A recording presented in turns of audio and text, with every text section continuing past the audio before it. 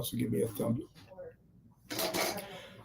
Good morning, Dr. Badia here for another week, bi-weekly episode of Fixing Healthcare from the Trenches. I have the great pride to welcome a friend, Dr. Ira Kirschenbaum, who this is, I think, our first Fixing Healthcare podcast where we are together. And the reason being is we are both here for a shoulder surgery course called Shoulder 360, fantastic conference, which as soon as we finish this and I'm seeing some patients, we're going to go together.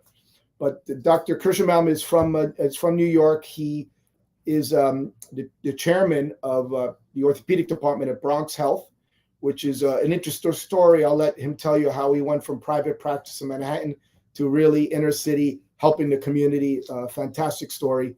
He is, like most of our guests, a practicing physician, okay, who's also interested in disrupting healthcare delivery, something that is vital for not only us physicians and other medical professionals to be passionate about, but the public. We want the public to reach this, and that's our goal with this podcast. He did his undergrad work at Brown, which, by the way, kicked Cornell's butt in water polo. So just so I know something about Brown University. A serious national sport. That's right. Which my son, I'm going to actually post that today about my son, who you met this morning. And then went to med school at Einstein. I remember I interviewed Albert Einstein in the Bronx, fantastic medical school. And then stayed on in that area to do his orthopedic residency at Montefiore. And then did a very esteemed fellowship in joint reconstruction with some very well-known clinicians at the Rothman Institute. He is the founder of an amazing online journal, which is a revolutionary concept about how it's set up, and it's affectionately known as Joey, Joei, and he'll tell you about that. He's also been way ahead of the curve in digital health, right? With was it Medscape? And then WebMD and setting up the orthopedic component of that.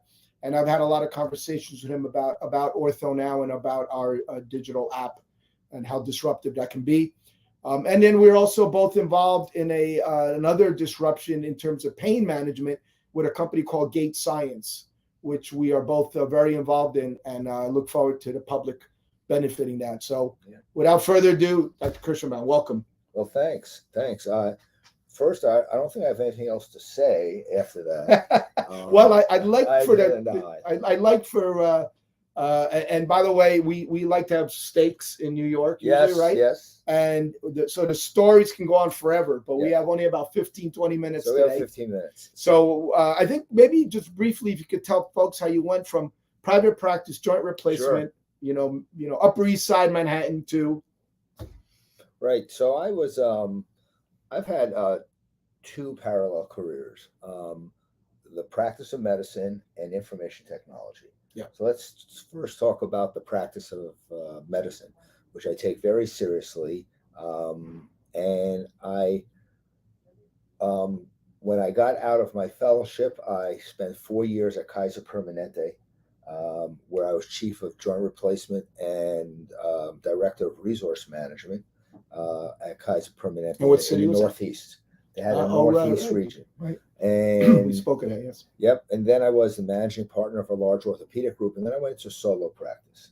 And I had the great pleasure of being an associate with Dr. Chitranjan Ranawat, who I believe is one of the top 5 orthopedists, let alone hip and knee surgeons, that ever graced the planet. And he did a lot of hand surgery too. At one point, did, yeah. Hand, cervical. He wrote the seminal articles on hand, cervical spine, hip and knee. Amazing guy. And he had other partners. I was more of an associate where I was there twice a month at Lenox Hill, and I also had an office in a pretty nice area of Westchester. So it was Manhattan and Westchester, and I was doing very, very well. My first year in practice, this was a complete solo practice, hanging a shingle in New York City.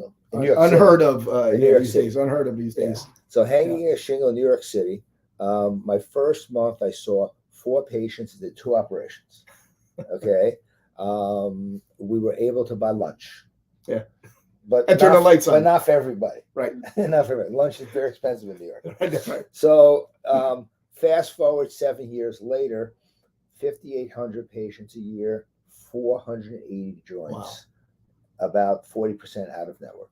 Wow. 60% in network. So for the public, doing more than 300 joint replacements a year is unusual. That's a busy practice. So almost 500 is. So I was working very hard. Solo private practice, my own place, 4,500 square feet. It was beautiful. But I was just working very hard. Just brought in a junior partner who was a superb surgeon, shoulder and sports surgeon. I'll give him a shout out, Sergey Delamora, really superb surgeon. But then I was in the backyard of a neighbor's house at a graduation party for my daughter. And I was drinking a beer, and John Coffey, who was the chairman of the emergency room at Bronx, at that time it was called Bronx Lebanon, now it's called Bronx Care Health System. Right. He said to me, "How do we get a guy like you to come to the Bronx?" And I said, "Why get a guy like me? Why don't you just get me?" And he said, "Are you serious?" I said, "I must be serious, because that just came out of my mouth." So where did this epiphany come from? You just thought an interesting change. You've been working so hard. Yeah, I think I was in a mode of like the old Jackson Brown song, "The Pretender," get up and do it again. Every day was get up and do it again. Okay. And, there was travel to the cities, travel to Westchester. I was thinking about doing some other things, but nothing really. Sergey was going to move on to join Steve Nicholas in Manhattan, which is a great practice. Yeah. And another private practice. And so I was going to rent half my office to NYU. It was going to be like a whole new chapter in my life. And that part I didn't know. That was my old stomping grounds, NYU. Yeah. So you were okay. Yeah, we had a number of them already doing office hours in my office. So all of a sudden you go to like the Bronx. So right? I mean, inner city community. Yep. So I get an interview from the chairman of physician in chief and the COO. And I had a special type of contract.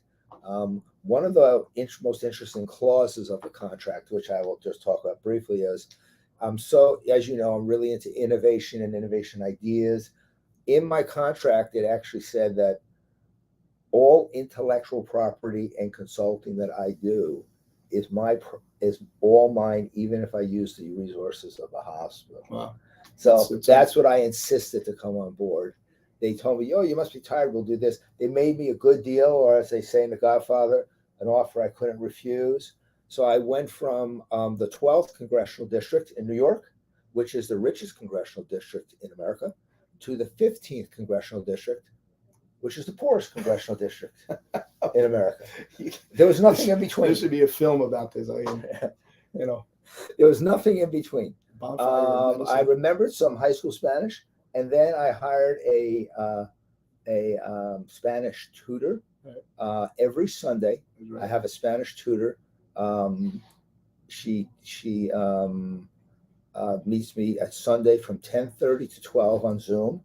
Her name is Marissa Ramirez, Spanish maven. Another shout out. She was an amazing tutor. I now speak absolutely fluent orthopedic Spanish. Well, we saw that with some of the patients that we just saw, right?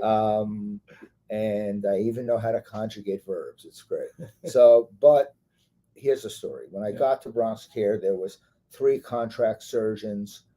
Wasn't a department. It was a division of general surgery. I insisted on it being a department. Fast forward, 3,500 clinic visits they did, and 237 operations. We now do 50,000 clinic visits a year and 2,600 major operations.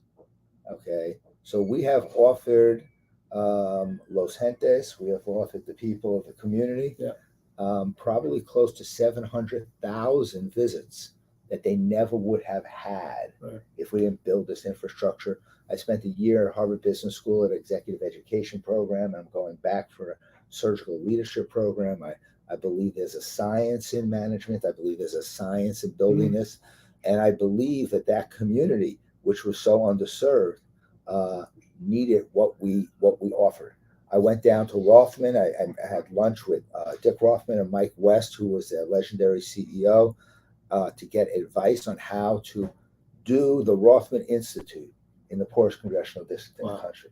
And they got it. They said, well, you're not going to do it exactly the same, but you're going to take the principles of quality, accessibility, flow. It's going to be great. And and if you do that correct, you actually save money in many ways, right? Because a lot of those people ultimately had to get some kind of care. Yes. Eventually, and it would be less efficient, less cost effective. And this is the message, right, for our legislators, right? And the Absolutely. public. Yeah. And Richie Torres, who's the congressman in our area, is so supportive of the hospital, and he knows 85% of our patients are below the poverty line, but 90% have insurance, some type of insurance.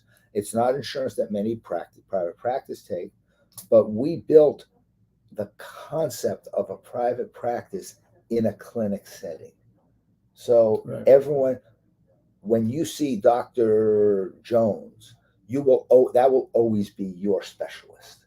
So it's not a clinic. It's not a clinic like and we don't don't residents. We don't have residents. We don't have fellows. We have full board certified orthopedic surgeons. It's been quite a tour. Wow. I mean, that's amazing, and it's such a blueprint. And I'd love to pick your brain more about how to get this message out to legislators. And maybe I'll be in New York next week. So at some point, would love to meet, because I've had very limited success with at least local politicians here in Miami, and people, I think, need to understand, right, the economic benefits of this. I mean, if you can get somebody functional, that means they're working, right? That means they're contributing to society, right? And that is the unspoken benefits of good healthcare, and certainly orthopedic care. Less delay. Right. They're not coming in later with a horrendous problem that needs much more major intervention. Which during the pandemic, right? That's I'm sure you saw that, especially with the lockdown in New York as opposed to Miami. So you really enacted a lot of the things that we want to talk about in terms of how to really disrupt and change healthcare for the better and make it more cost effective, because it is 20% of our country's GDP. That's twice as much as the next country in the list, which is either Switzerland or Norway, depending. So what would be, say, 3 initiatives that you would like to see enacted that could really save money and provide better healthcare? Well, I'm going to give the most obvious, and we really need insurance company reform in this country. The insurance companies have been given a bye to be grossly unregulated. I am sure they have their regulations, but it's more compliance and SEC and so. But just for example, timely filing.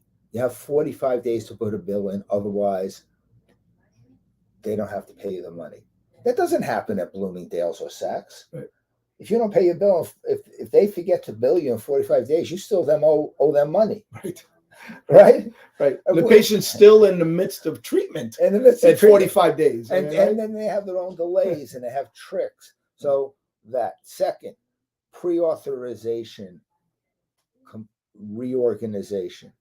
It is a moving target. It has to be a standardization in the country on how surgery gets pre-authorized. Emergency surgery, never pre-authorized. There's a group related to that. And the other thing I also think is, this is just my own crazy idea, you have to eliminate networks. I know this sounds weird. I don't think, for example, company X has a network of physicians and have in-network, out-of-network. I think all insurance companies should become indemnity plans.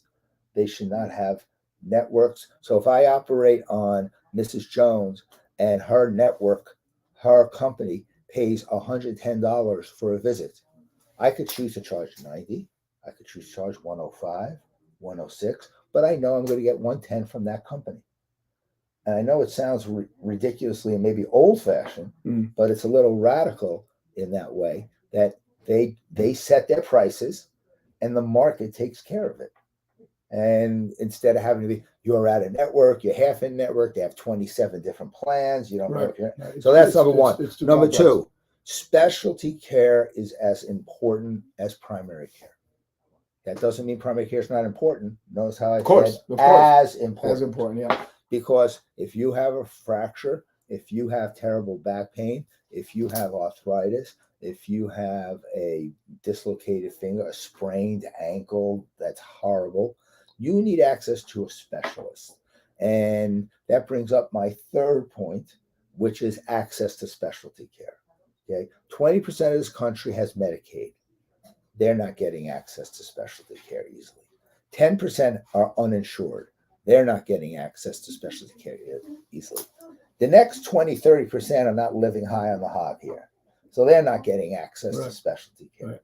So finding a specialist, whether it's a urologist, an ENT, but in our case, orthopedist, you have horrible arthritis of the thumb.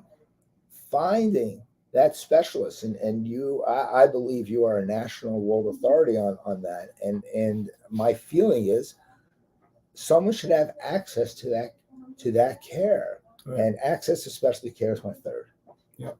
Yeah, that's and they're all cost-effective measures, which also provide better care, and that's the irony. Yeah. But the problem is there's so many middlemen. Yeah. Right, and that's what adds cost to the system. Those are in line certainly with my three. So my first one would be right clinician, right time. Right. So you get to the right type of physician. And I say clinician, not physician, because I think there is a big role for our mid-level providers. You just met my hand PA, and I would put her up against my colleagues who do foot and ankle, just like the spine PA works with my friend Dr. John Hyde knows more about spine than I do. Right. Why? Because they do it every day. Right. So just the right clinician at the right time. Second one, in line with what you said about in terms of insurance reform, is I think we should have oversight, not authorization. Right. Meaning, of course, there are bad apples, or people make mistakes, there are. So you need to just make sure that, you're not scoping every shoulder that walks in, right? So there has to be, but putting barriers between care does not save money; it just delays it, right? And the last one is what we're doing, Ira, is public education and educating the public. And my hope would be with this and other podcasts, including, by the way, another Kaiser legend, right? Is Robert Pearl. Oh yeah, sure. Was a guest here a month ago. And, Robert Pearl has some ideas that, in terms of capitation that are, we may differ on that, but we're all thinking, and we need to educate the public. And he has a podcast with very similar name, but the point is the public needs to engage with this. So I agree with that. It's our responsibility to do that. And my modest attempt, as you know, and you were one of the first physicians, I think, to read my book and to comment on healthcare from the trenches. I tried to be the first to buy it, but I think I was. Well, you were the first to write a review, I think, as a physician. Yeah. So, but the idea of all of these things is just that we cannot accept the status quo anymore. No, you agree? So you're absolutely right. And what you're doing in the Bronx to really the community, I really hope that the public takes note of that, and certainly it sounds like your local legislators are noticing and supporting it. So let's take this to a national level, and let's increase the dialogue, and let's hear some feedback about this particular session, questions, complaints, critiques, anything, but just get engaged, right? Thank you so much. Ira, we need to have a steak soon. Oh, absolutely.